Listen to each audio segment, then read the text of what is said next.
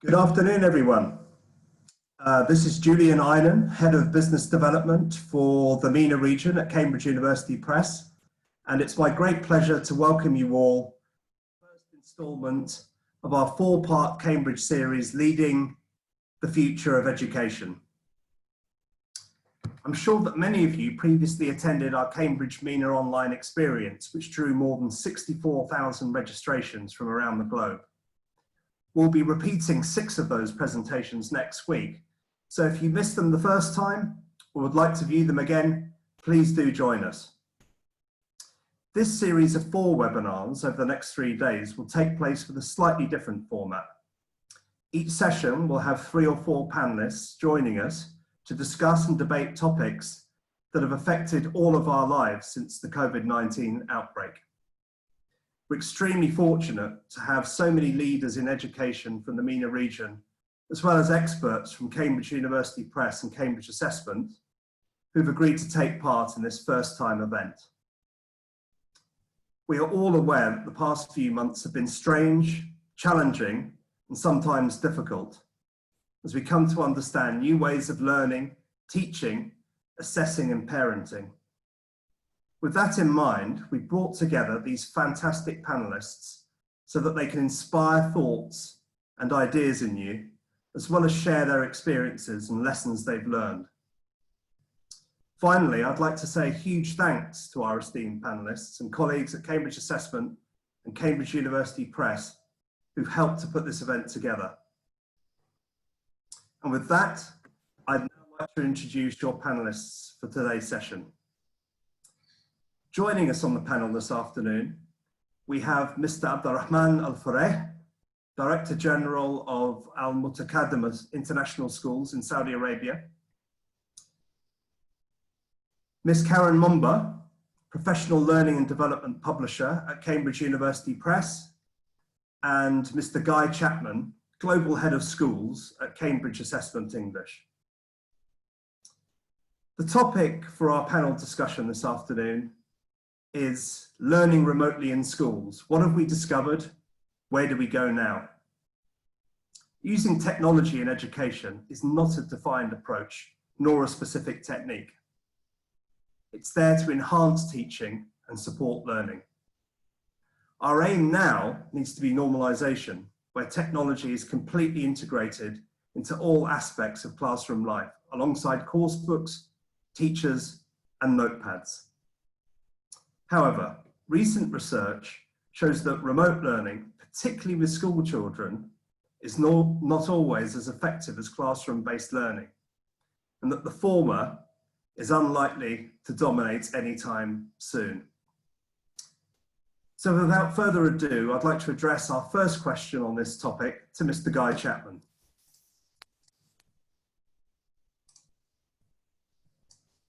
Guy, does this mean the end of schools as we know them? Well, I mean, the short answer from my perspective is no. The longer answer is that I think that there are a number of reasons why that's not the case. I think, firstly, you know, we need to kind of understand the context. We have over 1 billion school children currently out of school around the world. And I think it's just worth taking a moment to recognize the fantastic job that school teachers have been doing over the last few months in countries around the world to keep learning going, to keep learning happening. You know, they've done a fantastic job having to grapple with new technology and new ways of teaching and learning very quickly. Parents also are doing their best to support learning at home. But the parents I speak to, friends of mine, colleagues of mine, understand that what they've been doing doesn't replace the teacher, doesn't replace school. In fact, many of them are desperate for their kids to go back to school because they can see the gap between what they're able to provide and what the children would normally be doing at school. From my perspective, I think technology and remote learning and online learning will only completely replace bricks and mortar school in kind of one of 2 scenarios. The first scenario is when face-to-face bricks and mortar kind of tuition is not possible because you're in a very remote location, for example, or there's a crisis like COVID. The second reason that technology might replace kind of bricks and mortar face-to-face learning is because it offers something demonstrably better. And at the moment, I don't think we're there. I'm not sure that we will ever be. So I think it's probably worth thinking about two different kinds of online learning. The first is what we see in normal times, where increasingly technology is complementing what happens in the classroom, and the second is where it replaces it completely. And I don't think we're at that point. As I say, I'm not sure we'll ever be there. Kids and adults are different, I think, is a key point. What works for self-motivated, kind of autonomous adults who are learning for a particular purpose, online can work really well. You know, I did my master's almost entirely online, and it was a great experience. But adults are different to children. Children don't go to school just for knowledge transfer. They go there to learn how to socialize, how to learn to collaborate and share, discover who they are.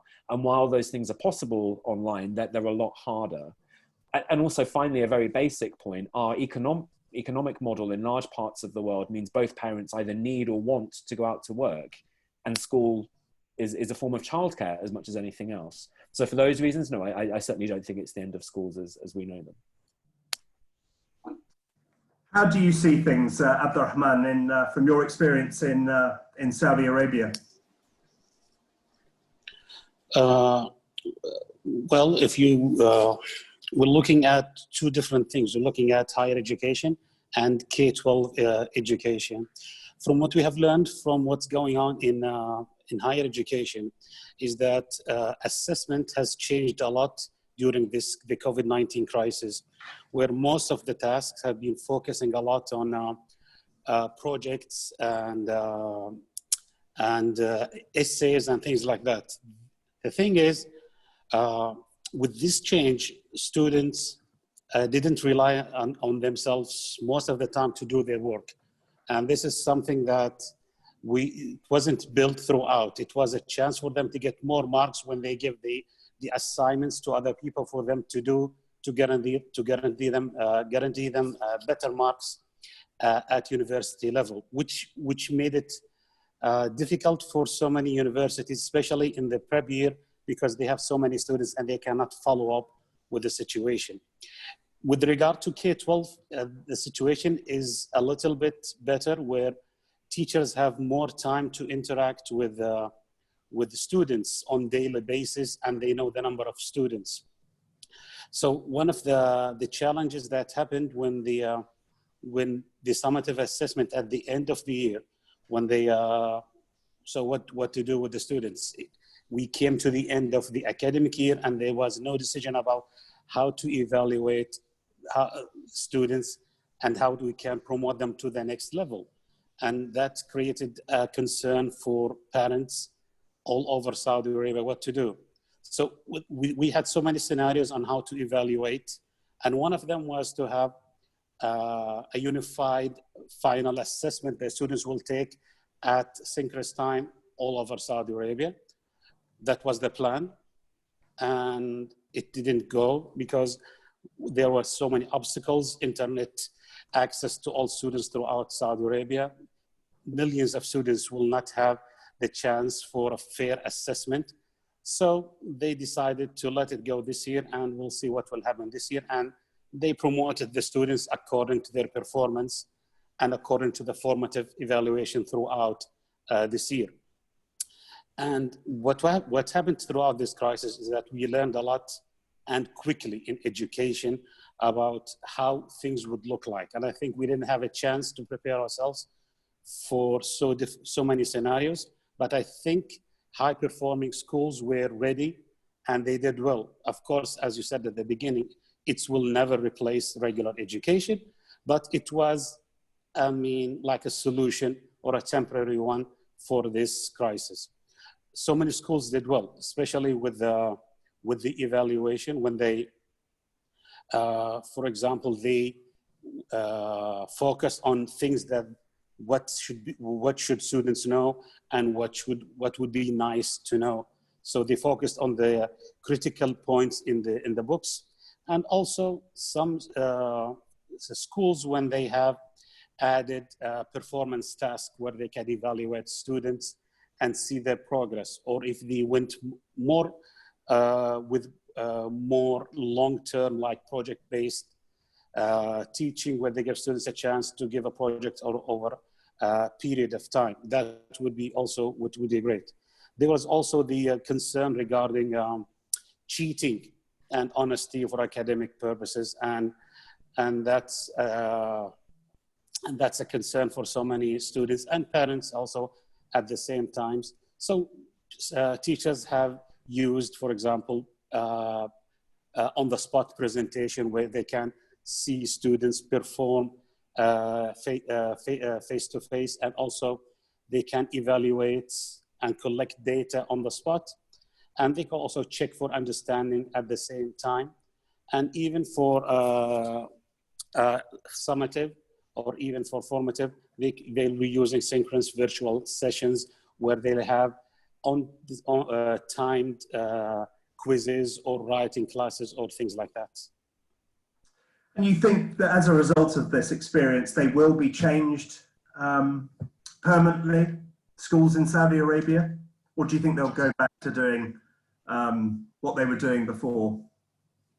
We're looking at today also we were discussing and the previous days about what would the future look like and what would it look like, and we're looking at the scenarios that how would teaching and learning in Saudi Arabia would look like for next year, and I think online or remote learning is a key part of that. And would you like me to go through the scenarios right now or later on?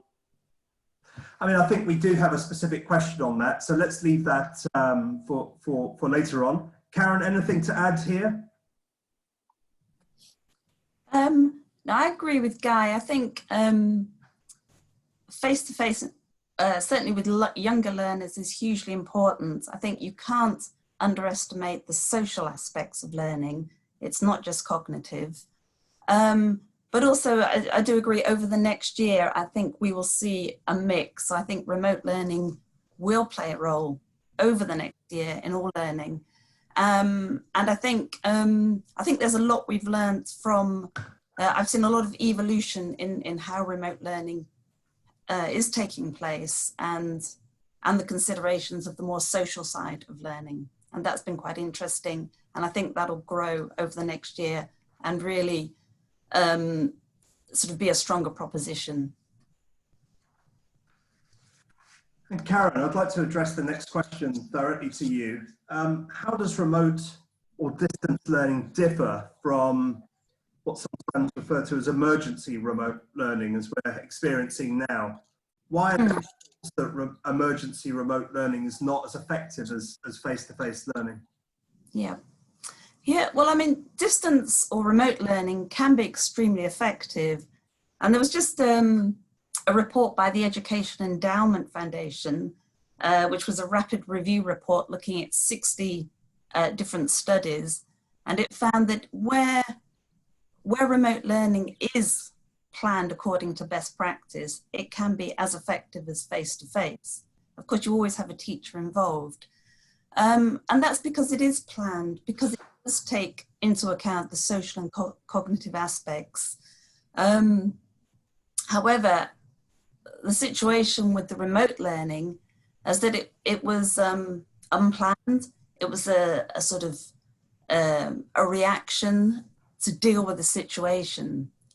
So in this case, obviously there were issues with technology. Not all learners have access to technology, and that in itself is an issue in terms of the learning gap. Also, there are both teachers and learners at home with maybe a lot of anxiety or personal situations where they might be carers, they might have family members who aren't well. That has an impact. It's been a learning curve for teachers who are having to deliver their curriculum in a different manner and find out what best suits the technology. So there have been a lot of challenges, and having just to start without the proper planning. And I think there's emerging evidence that whilst 10 to 19-year-olds are actually coping quite well, they're not actually working as much as they would in a face-to-face setting. Do you think that's a particular challenge for the school sector, for children? I think it's it can be. Sorry, which children? You crackled. Rather than adults, is that a particular challenge for children rather than adults? Yes, I think two of the really strong key features that indicate positive learning are to do with the ability to be independent learners and have those strategies, and the sort of collaborative and interaction with peers. And I think at upper secondary, those are more developed, those characteristics, so learners are able to organise their work more effectively, and also they're possibly able to engage more with peers in terms of peer correction or peer collaborative work. And those are two really important aspects that have shown to be key indicators in effectiveness of learning. And there's also, of course, the issues of synchronous and asynchronous learning. And I guess, yes, older learners are able to work asynchronously more effectively. And I think if we're going down to primary, I think the role of the parents is really important in learning. And with those sort of, not even sort of subject knowledge, but the kind of organizational aspects of that. Yeah, I mean, I've heard from parents that I know that the majority of remote learning in our region at primary level has been asynchronous, and that has not been very successful or motivating for children at that age. Yes, yeah. And I think a lot of older children like the asynchronous aspect. They like having videos they can pause and go back to. But I think, what I think I've seen here, because I work quite closely with some schools in the UK, is actually a move towards, with language teaching. Originally it was completely asynchronous and missing out on that sort of social relationships and communication. But there's been a move to building that in, so perhaps one lesson a week where there are opportunities. And of course, language learning, that's hugely important to be able to produce and practice the language. Absolutely. Probably has more challenges than perhaps other subjects in that regard, although the kind of social connections, the collaborative work and interactions are critical in everyone's motivation. Very interesting. Guy, Rahman, anything to add on this question of synchronous versus asynchronous? No, I agree with what Karen has said. I think the only thing that I would add is, you know, as a teacher, the amount of information you glean from just walking around the classroom and looking at how people are taking notes, if they're taking notes, what they're writing down, you gain so much information about how what you are teaching is landing, or whether it's, you know, if it's landing, that I think is kind of lost, in particular in asynchronous approaches, because you can't see the processing in real time in the same way that you can in a live classroom. So there, you know, I'm sure there are ways around that, but it's a loss, I think. I mean, that's a neat segue actually into our next question for Abdurrahman Al-Furay, which is what should be done to guarantee fairness when evaluating students, Abdurrahman? Okay, thank you.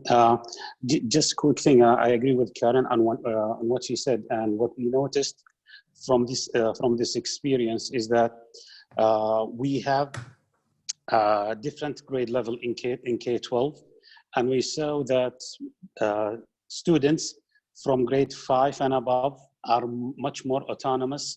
They don't need a lot of they need support from their parents, but not like those in K3 or even grade 1, 2, and 3, where they need a lot of support from the parents. And that's where it's key to differentiate about how to evaluate the performance of those, the grade level here or the year level, and those above.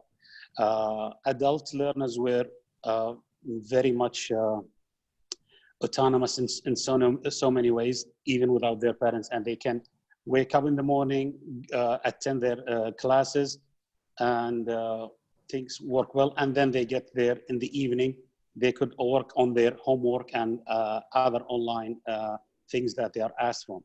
With the young ones, they need a lot of support from the parents, and that's the key part that we miss, which is those young learners that they need this social interaction that they're missing, which wasn't really successful for them. And also one of the key things are special need education, which has been really very important, but it's online learning for them was also a key, wasn't as successful as we wanted. Regarding going also back to the questions about how to evaluate unfairness, is some of the things that I said at the beginning, where you need to design tasks for the students where you can make sure that they have the chance to perform, they do project-based learning, they have a chance to make conversation and evaluate their performance, and also don't leave the assessment for later stages. You need to give them feedback on the spot. Many ways for you to evaluate regarding quizzes, regarding tests, regarding homework that they can do. It's just how you could manage them in, as I said at the beginning, about the issue of honesty and discretion about the test, and how it's done in a proctored way or not. It has been, as I said, for higher education, we noticed that the gap that we had because of the number of students in K-12 education, it has been much better in so many ways, but it showed difference between schools, and that wasn't fair in general. But if you go into schools specific, we've seen schools that done very well due to trained staff and other things. But what I would like to see in the future is that we get used to this kind of evaluation, and what's happened right now is more like just like the beginning of what's gonna come in the future. I don't see evaluation of what happened this semester will be the same next year. It's gonna be much more authentic. It's gonna be much more vivid, and it's gonna be much more accurate, and there will be a lot of accountability, which I didn't see this year, but next year I think there will be more. Guy Chapman, working for Cambridge Assessment, you must have something to say on how to evaluate students fairly. Yeah, well, where to begin? I mean, our sister organisation, so I work at Cambridge English, but Cambridge International, who run kind of school exams like international GCSEs and international A-levels, obviously have had a big challenge on their hands this year, and they've had to implement a system where they felt that they couldn't run exam sessions, so they've implemented a system where they're using a combination of mock results from earlier in the year, from coursework results where they exist, teacher assessment, so the teachers are being asked to kind of predict what grades they think the students would ultimately receive, together with data from the school from previous years, so they can see the profile of candidates over the last few years, and they're using all of that data to award grades this year. You know, I agree with Abdul Rahman. It's not ideal. It's not the best solution. The best solution is for every student to have the chance to show what they know in a normal way, if you like. But, you know, they've got some quite robust kind of processes and systems in place that, you know, which mean that we're confident that we're able to issue grades this year that are, you know, correct and suitable and appropriate for each student. At Cambridge English, where I work, we're not doing that. We've been able to keep running exam sessions throughout the lockdown. Obviously, you know, the ability to run exam sessions has varied hugely from country to country. What's good is that, you know, as schools are reopening in parts of the world and exam centres are reopening in parts of the world. Students are going back to taking exams, but I think it's clear that the model that we currently have for taking exams, where you get maybe 100 students, 150 students all together in the sports hall, is going to be slightly uncomfortable for lots of people for some time to come. So, you know, we already have qualifications that adults can take remotely with remote proctoring, like LinguaSkill. We're looking now at how we can make some of our other products that are more suitable for schools available in the same way, while we're still guaranteeing the validity, the quality, and the fairness of those exams as well. Because it's clear that even if we go back to something approaching normal soon, you know, we have the possibility of second waves of infection. And as I say, I think it's going to take a while before some people feel very confident kind of crowding together in a closed space. So we need to be looking at different ways. So do you think that's going to speed up and accelerate that introduction of AI and remote proctoring of exams generally? Yeah, definitely. And I think, you know, these are things that we've obviously been looking at Cambridge Assessment for the last few years, and we've been planning ahead and thinking about how, you know, the markets are changing, how the world is changing. What COVID has done is really to accelerate that thinking. So we're having to grapple with some of those issues earlier than we thought we were going to have to. But yeah, I think it's definitely going to accelerate some trends that were already there. Mm. And Karen, any implications for how teachers are evaluated? So I'm just going to add a point to that, just maybe Sure. high stakes exams, but I think there's also some sort of just, I guess, general teacher assessment for learning. I think I've just seen some sort of emerging evidence that when a lot of students are used to handwriting their essays or compositions. And when it comes to doing it on a computer, if you kind of say, okay, let's move it online in the classroom, the results have been quite different. I think the same students aren't performing as well, because I guess the cognitive processing is quite different when you're typing. I think you have more time to think when you're writing by hand. And that's just a sort of, I suppose, just flagging that as a consideration in terms of learner expectation, I guess, when you're setting those sort of tasks online that would normally be handwritten. I know for high stakes exams, that's something that is kind of factored in with the criteria for the design and marking, but it's something we don't always think about. Thanks for that. So on to the next question to you, Karen. Are the criteria for successful remote teacher learning the same as those for successful remote student learning? Absolutely.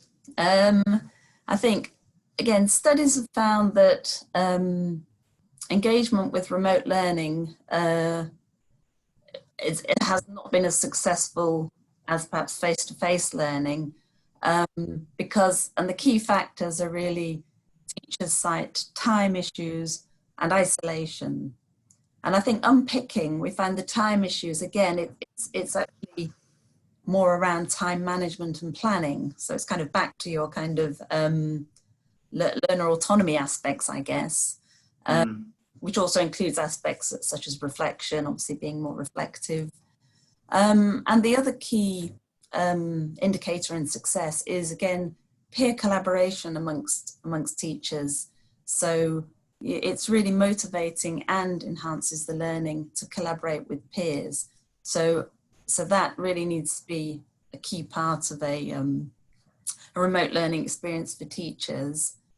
But I would add to that a key feature is relating it to your practice. It really needs to be needs-based, and anything online you need to look at in terms of your practice, try things out and reflect on it. And that's a really important part of the process, because it's not all about knowledge transmission.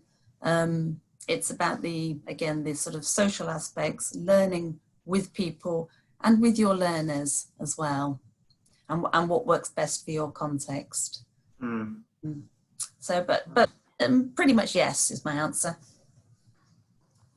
Abdurrahman, what are your thoughts on this area? I know that teacher development was an area you focused on at the Saudi Ministry of Education.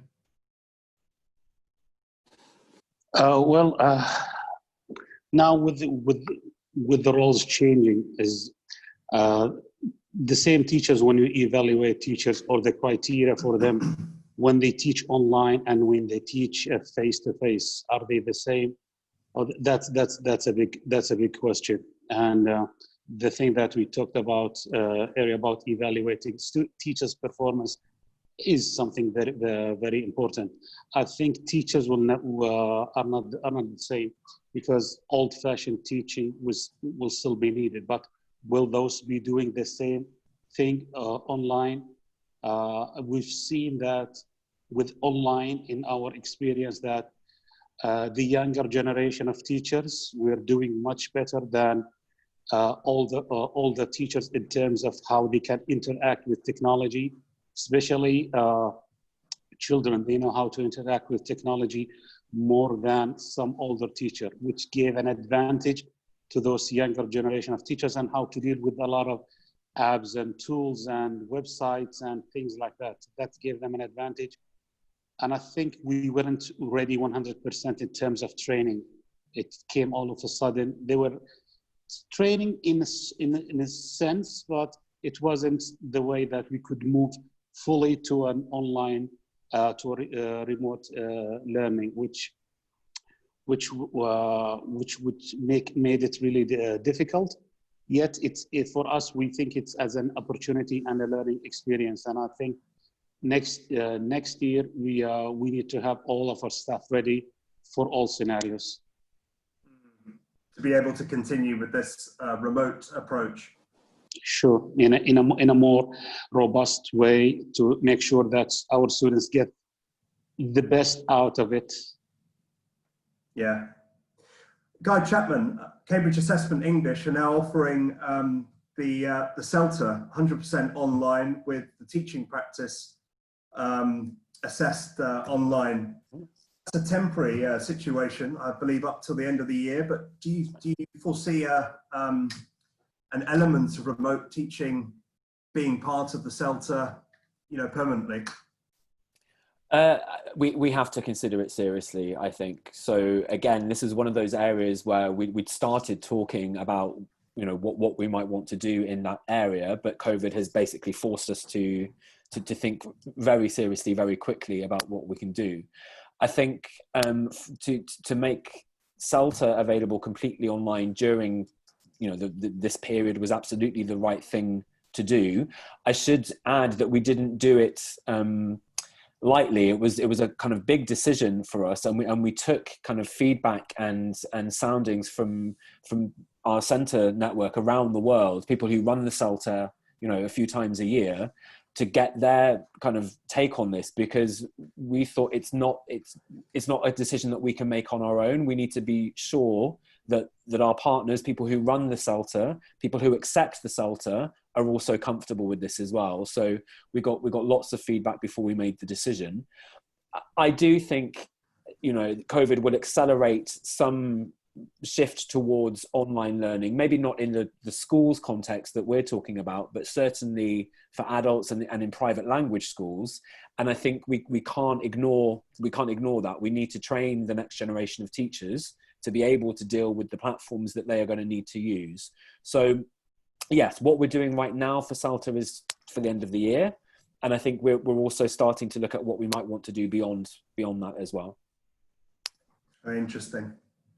Abdurrahman Al-Faray, what are your expectations about the future of remote learning? Well, that's a question that everyone has been asking, and everyone has been speculating about what would the future look like.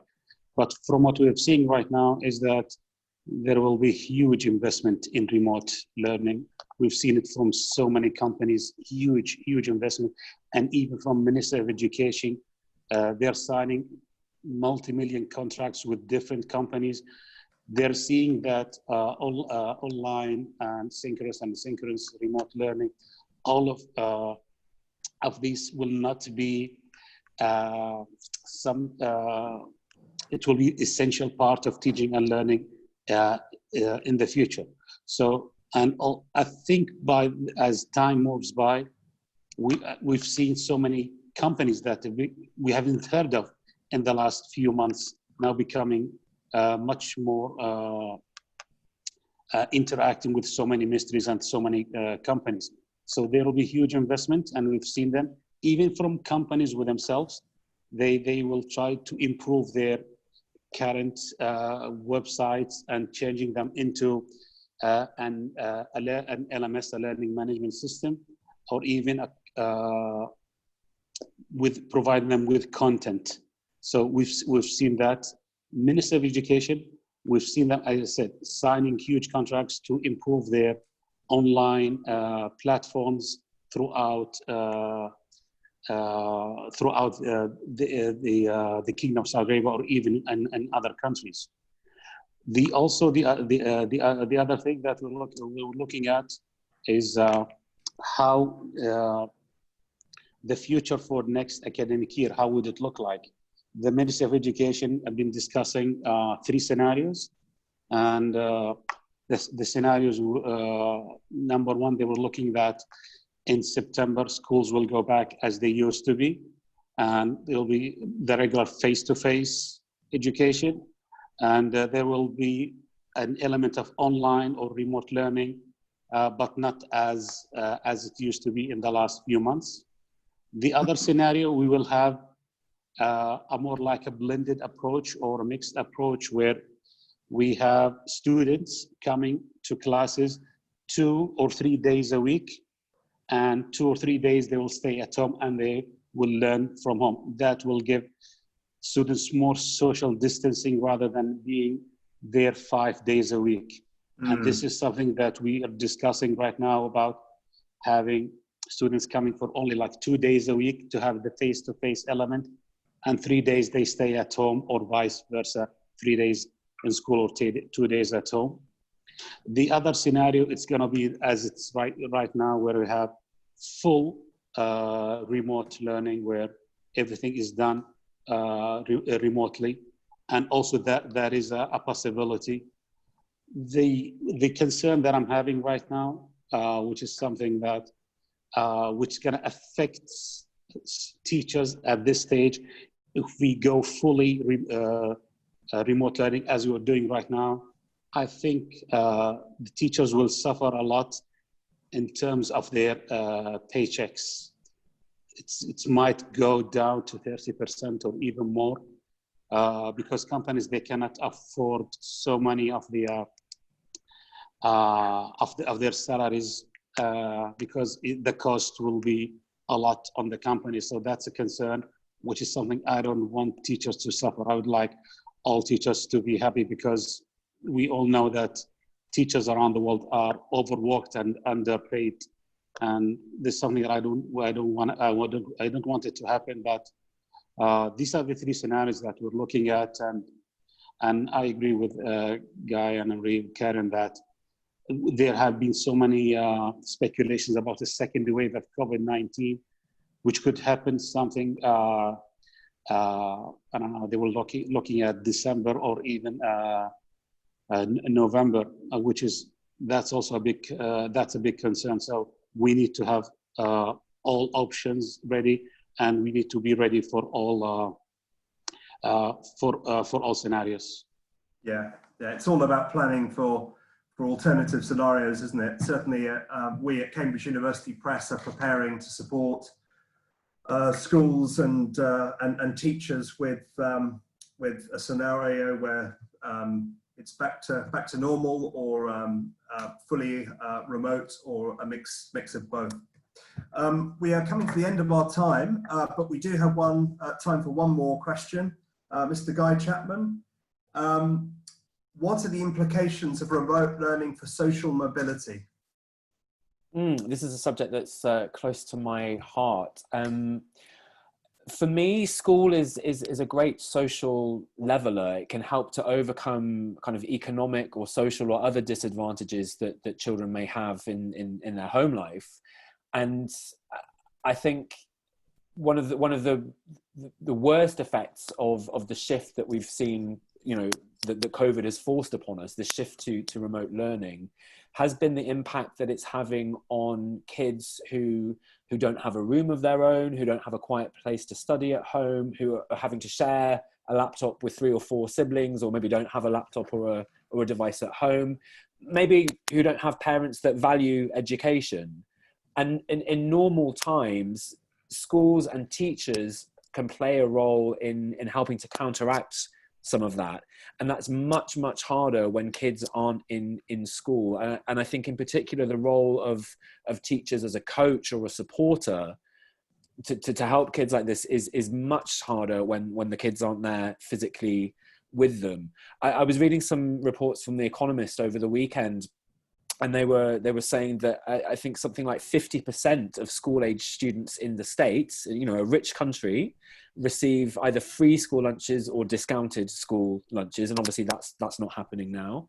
Another survey that The Economist was quoting showed that only 40% of teachers in state schools, in public schools, had the technology and the platform and the ability to broadcast a video lesson live.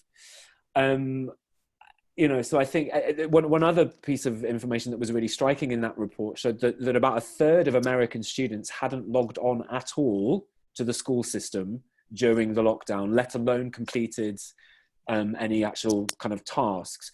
So for me, it's a big worry, and I think it has to be a priority that once this kind of scramble is over and we're not kind of scrambling to keep up with what's happening, if we are planning a wider rollout of remote learning or online learning in a more kind of planned and kind of strategic way, we really need to make sure that this digital divide question is addressed, so that students have, as a bare minimum, the technology that they need to access the lessons, but some of these other questions are addressed as well. Thank you very much. So our 40 minutes are now up, which brings us to a close to the moderated part of the panel discussion. I'd now like to hand over to my colleague, Mr. Peter Lucantoni, for the audience Q&A. Peter, over to you. Thanks very much, Julian. That was a great 40-minute discussion. So thanks, Abdul Rahman, Guy, Karen, and obviously Julian for moderating it so well. There have been so many questions that I really found it difficult to decide which ones to choose, but just a couple of things. There were quite a few questions about parents and the role of parents in all of the things we've been talking about. So can I just tell you that on Wednesday, our final panel discussion will be looking at harnessing the power of parents. So perhaps if you don't mind, I'll leave the questions that were sent in about parents for Wednesday's panel. There were also quite a few questions specifically about assessment. And tomorrow in our second webinar, we'll be focusing purely on assessment. So again, if you don't mind, I won't respond to any of those questions. Okay, I don't know who'd like to answer this first one, but it's about physical education. Unfortunately, the sender is anonymous, but I think it's a great question. So if anybody would like to respond to this one, the question is this: how can we counter the effect of remote learning on physical education, PE, which is a crucial element in growing up as a child? Anybody want to take that one? Go on, be brave. Go on, Karen, you look like you want to say something. If you want to... okay, Abdul Rahman, yeah. Yeah, sure. Yeah. The thing with PE, the problem that we're having is that still people don't look at it as an important subject as the other subjects, math, science, English, and the other ones. So even parents themselves, when we're doing the online, they're much focused on these subjects. What I've seen from different schools throughout Saudi Arabia, there wasn't any interaction with PE. So no, there was no focus. I mean, probably a little bit, but there is no focus on PE. So I think that's something that I think we need to look at, because health is an important thing, but we didn't focus. And even some schools, unfortunately, they had to cut the paychecks for those teachers to have, because they are not doing a lot. So they wanted to compare them to other subjects. Okay, thank you very much. Yeah. Anybody want to add anything?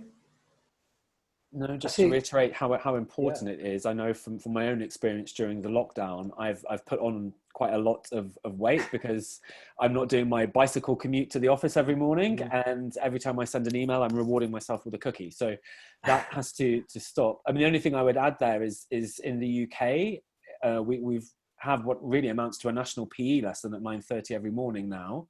So Joe Wicks, who's a kind of a quite well-known fitness coach, is running a national PE lesson for the nation's kids, broadcast on YouTube every morning at 9:30 UK time. So I know that's helping. But yeah, it's a challenge. Okay, great, thank you. I can just see out of the corner of my eye in the chat box that a lot of people are saying that they are doing online PE. So obviously it is going on. Okay, great. A question here from somebody who I actually know from Jeddah in Saudi Arabia, Ahmed Jan.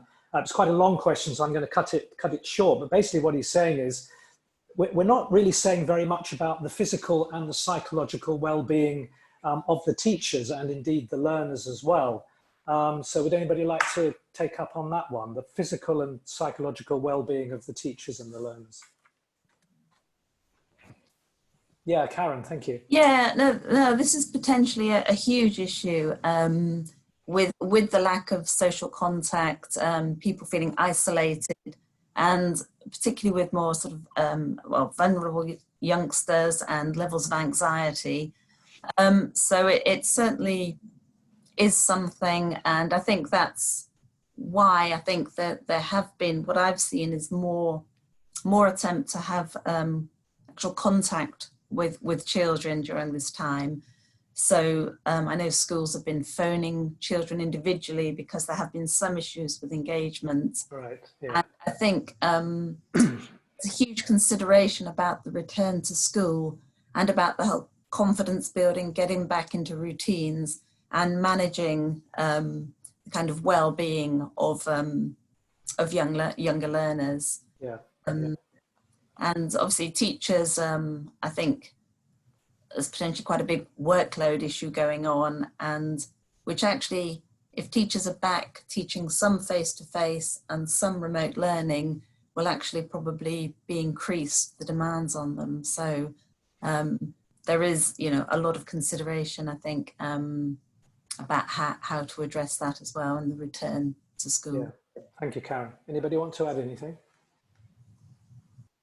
Okay. The next one is about jobs from Ahmed Mohsin. What's the impact of remote learning on future jobs for teachers?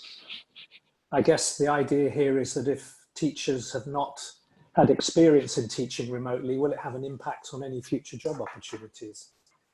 Anybody like to take up that one? Yeah, Abdul, thank you. Yeah, sorry.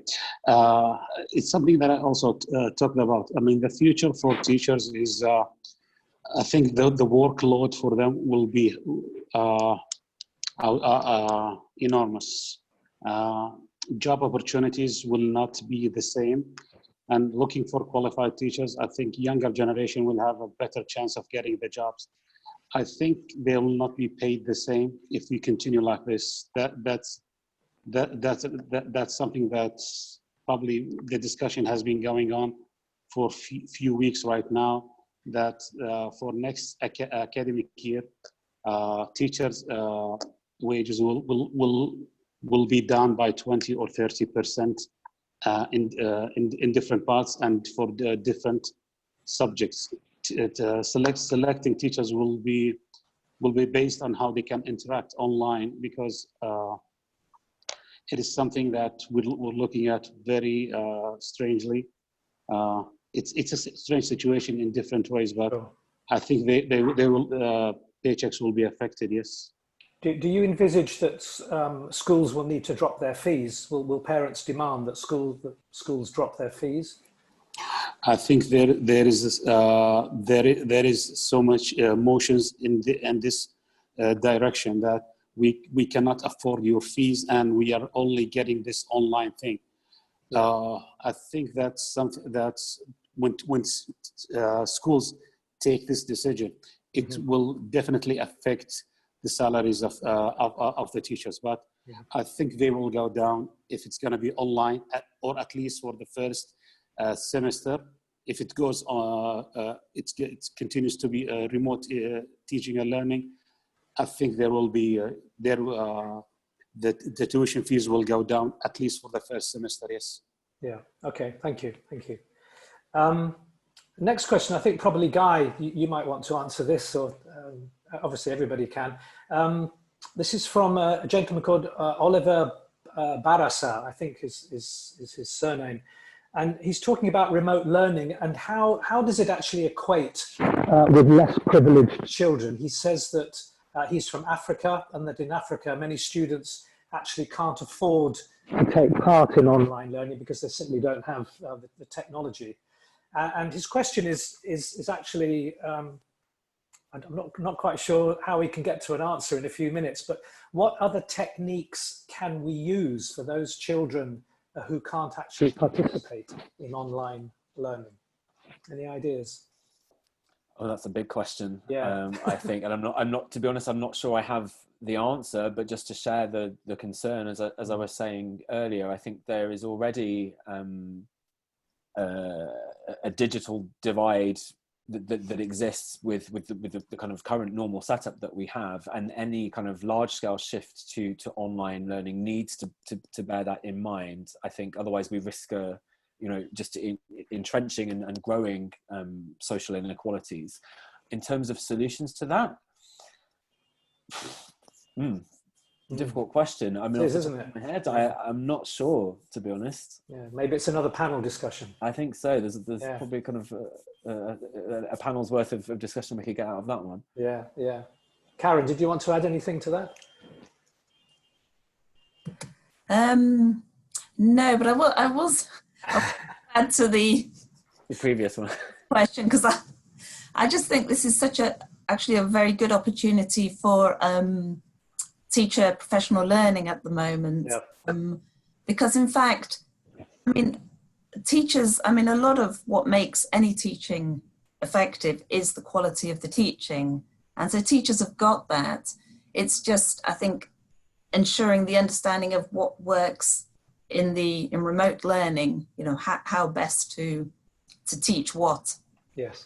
In remote learning. So I think there's a huge opportunity now, particularly if people are teaching synchronously. They have the opportunity to sort of work collaboratively with peers and sit in on lessons. Yeah, yeah. Try and address some of those challenges, because, as we've said, the lack of non-verbal cues can be an issue. How can you be sure that learners are understanding your input? There's sort of classroom management challenges.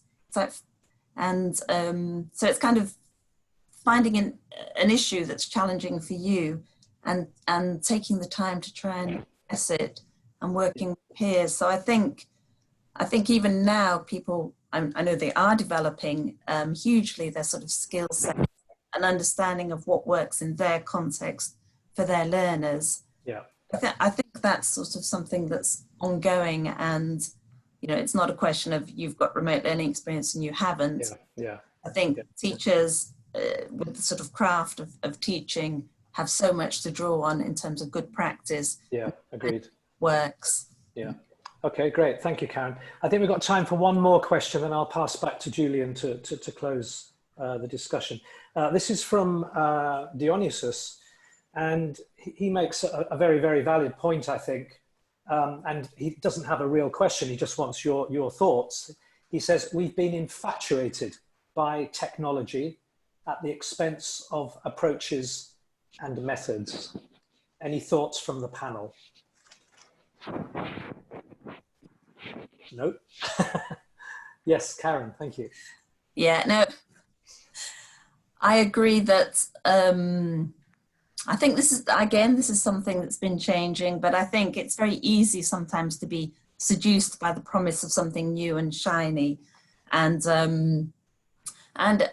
I think over time, again, it's finding what works. And in terms of language learning, for example, for primary children, we're finding game-like activities for vocabulary learning are very positive and effective. Yeah. It's kind of finding, I think we're moving to that position of it's pedagogy first. Right.